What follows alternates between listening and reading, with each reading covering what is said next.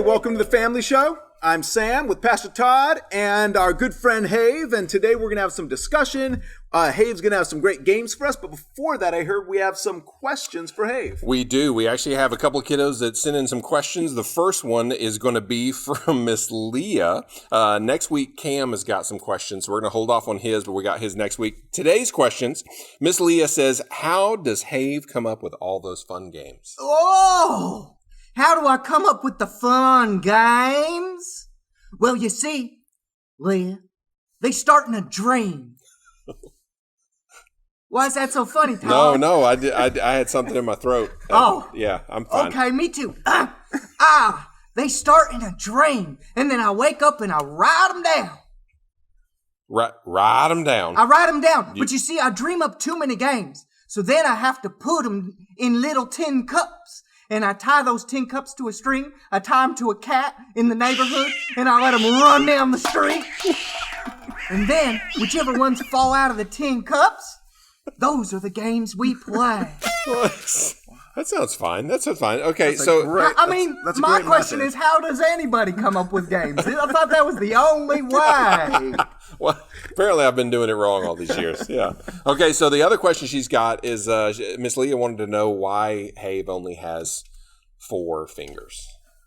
1, 2, 3, 4. Well, it's a sore subject. Apparently. I never had 5 like normal people. One day I realized that I didn't even have 5 toes.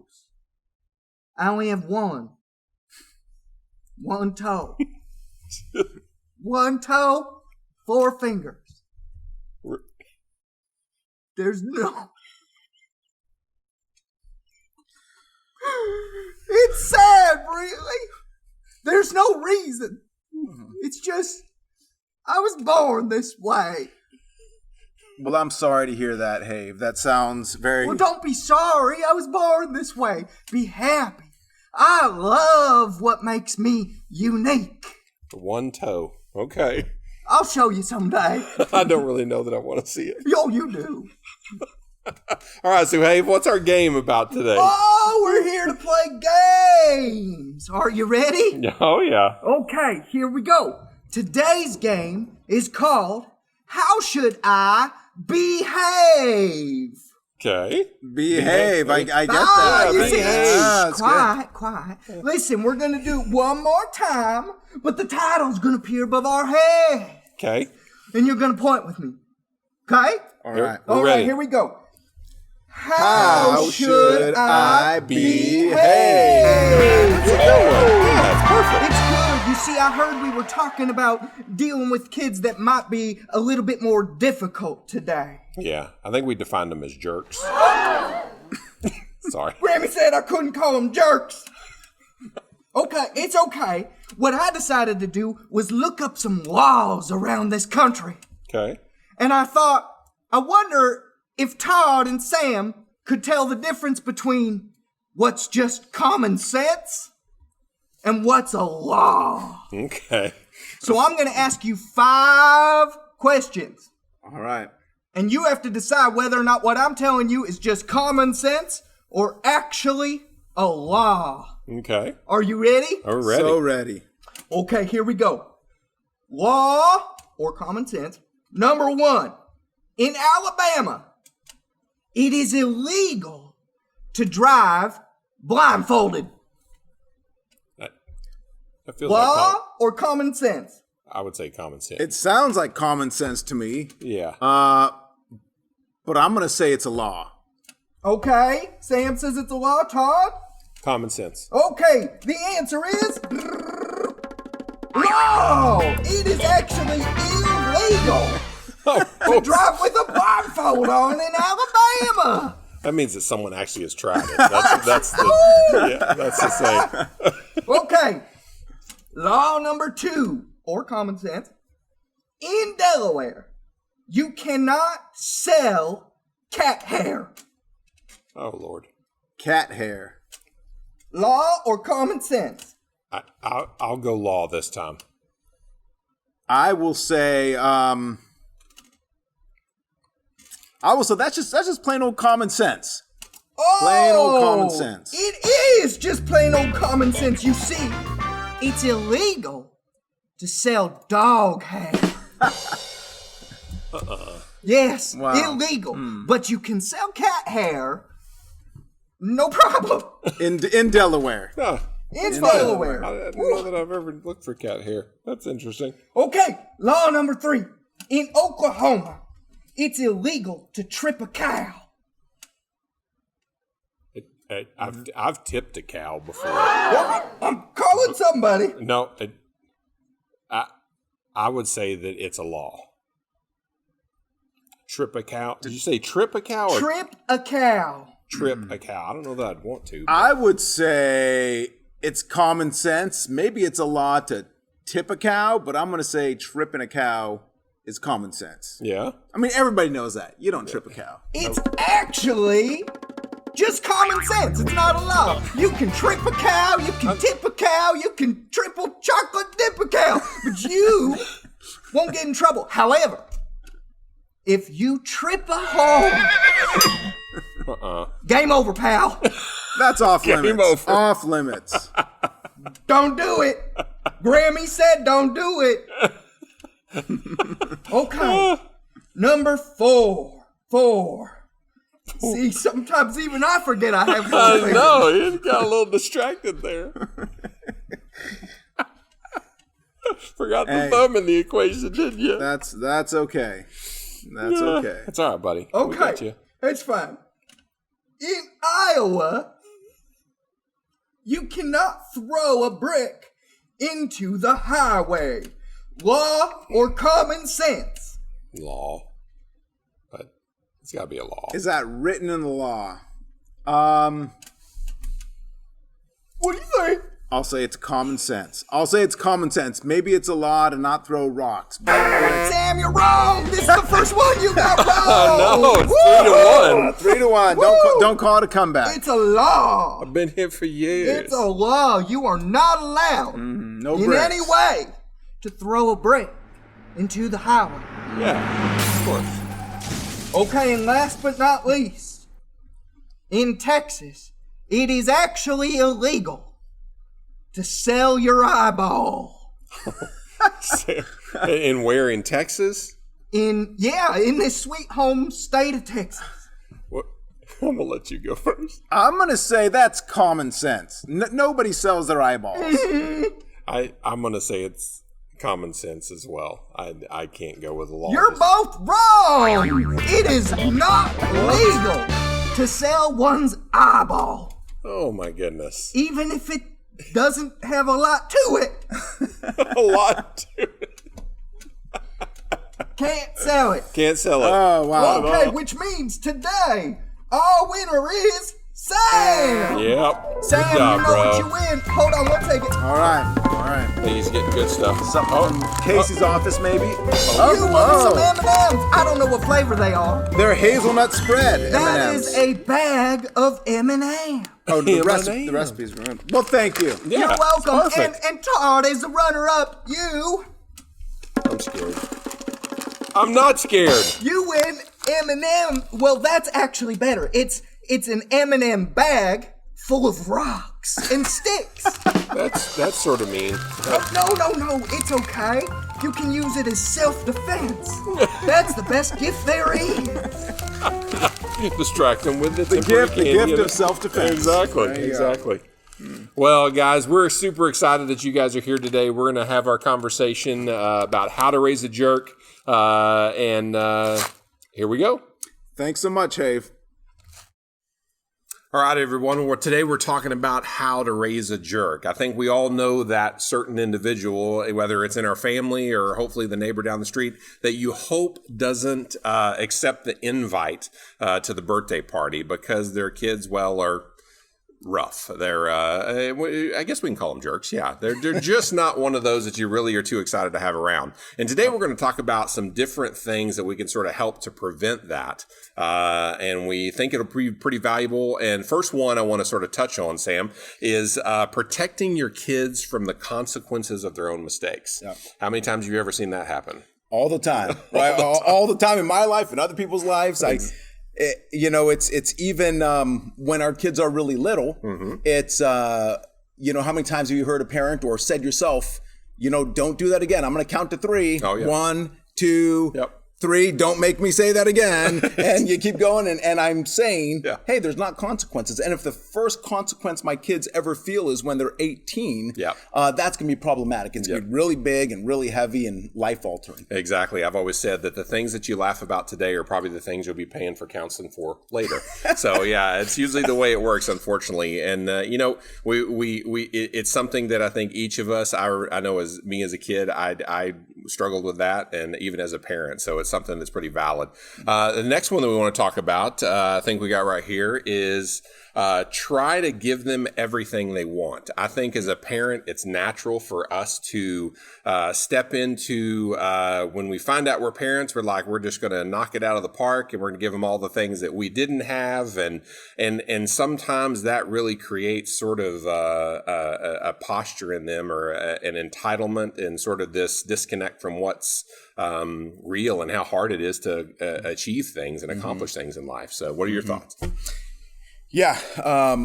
I think when we don't give our kids challenges, when we kind of we give them everything they want, we end up maybe in a way crippling them. Oh yeah. We end up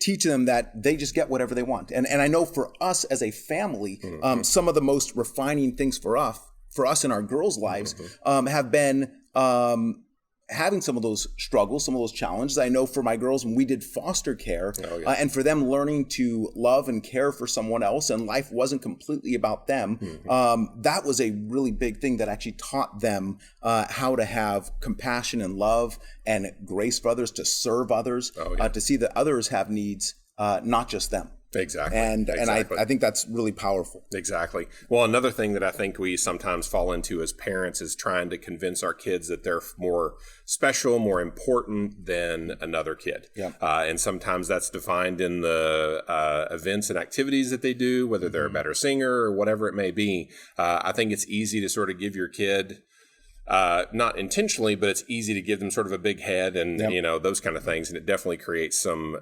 issues that I've heard of. You ever seen any of those type of things? And no, never seen it. Oh, yeah. Yeah, no, I think one of the things I think as a family, when we treat our kids as though they're more important even than our spouse, we're actually saying, hey, you're the most important one here in the world. You're the only one that matters. You are more special than other kids. You're more special than any other person. I know one of the things that we try to teach our kids is, and one of the prayers we have for our kids is that they would understand not only would they learn to love God, but they would actually understand that they are loved by God, that they are deeply loved by Him, and they're loved by Him because they're created. They are uniquely created by Him, intimately and specially created by Him. And I think to also understand every other child, every other child in the world is special and is unique because they're created in the image of God, no matter who they are. And that's powerful. Yep. One of the things as we're sitting here talking is it's easy as a parent to get out in front and sort of control the world that surrounds their kid. My son was in sports and my daughter was in choir in high school. And it's one of the greatest phrases I ever heard is prepare your child for the world, not the world for your child. And when we get out too much in front of it and we sort of protect them from those moments where they fall on their face, it can definitely create some challenges. That's right. Yeah, for sure.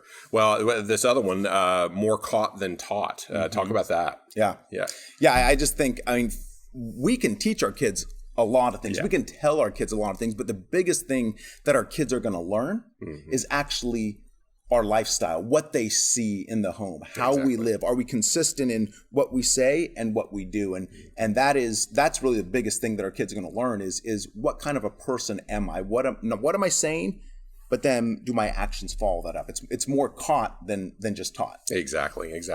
Well, something that I think is important that we step into and talk about a little bit is what's going on in today's world. The things that are happening around us are no matter how you try to look a different way or whatever it may be, it sort of hits you right between the eyes. And Sam, this is on equality and sort of how we can help our kids navigate having a loving attitude towards everybody and all people and those kind of things. But you have a very unique perspective on this that I'm sure everybody would like to hear, but I'd love for you to share. So yeah.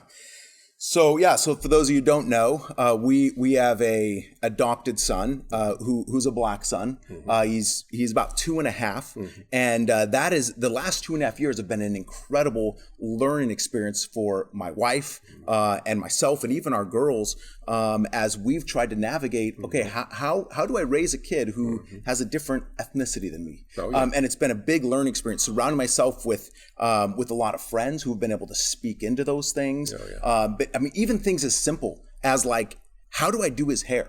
Because that's really important, and it's different. And I'm like, I don't know. And realizing actually, wow, I'm ignorant on a lot of this. And it's been a very shaping thing and an eye-opening thing. My perspective now, when I look at diversity and equality, is different than it was 3 years ago.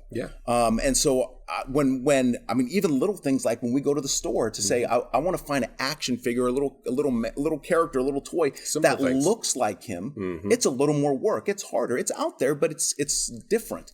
And those are things, like, to be completely honest, those are things I didn't notice with our older girls who are biological. Those were things that weren't even on my radar.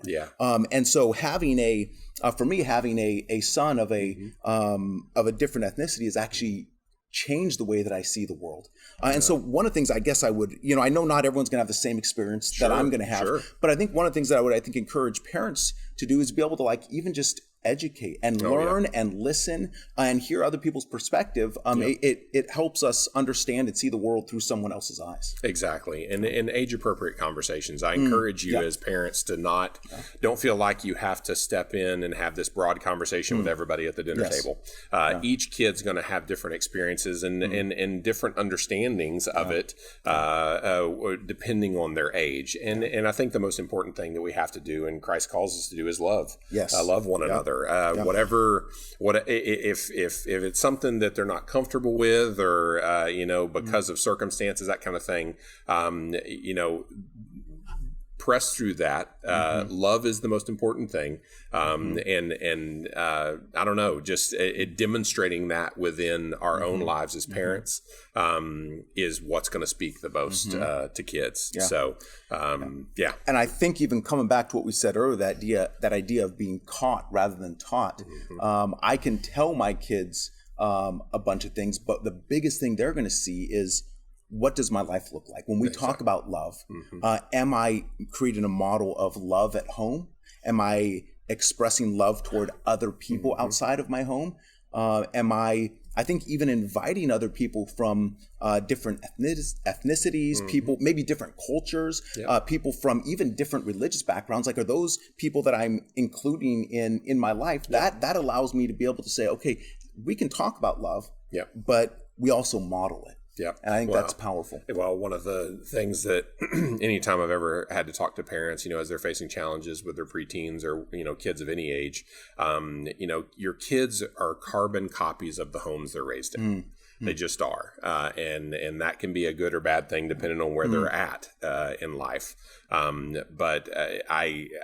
To me, they don't give you these kiddos and hand you a rule book, and if you follow all of those rules, everything's going to turn out fine. But it's one of those things that I think it's worth the fight. It's worth the journey. It's worth digging in with them, and on difficult topics like what we're facing in today's world, dive into those conversations with your kids. Don't be afraid, and you don't have to have all the answers, but just be willing to sit at the table and have the conversation. I think it's the big piece. So hopefully some of this stuff helps you guys. We're excited to continue the family show over the next weeks ahead, and hopefully through the whole summer.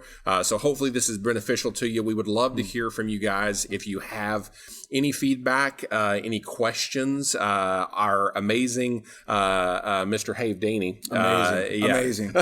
He puts us in a lot of fun shenanigans and those kind of things, but we would love for you guys to ask him a question and see any question in the world. So we're excited to have that conversation, and we're just excited to be here with you. So we want to wish you a blessed day, blessed evening, whatever time frame you're watching this, and we'll see you next week.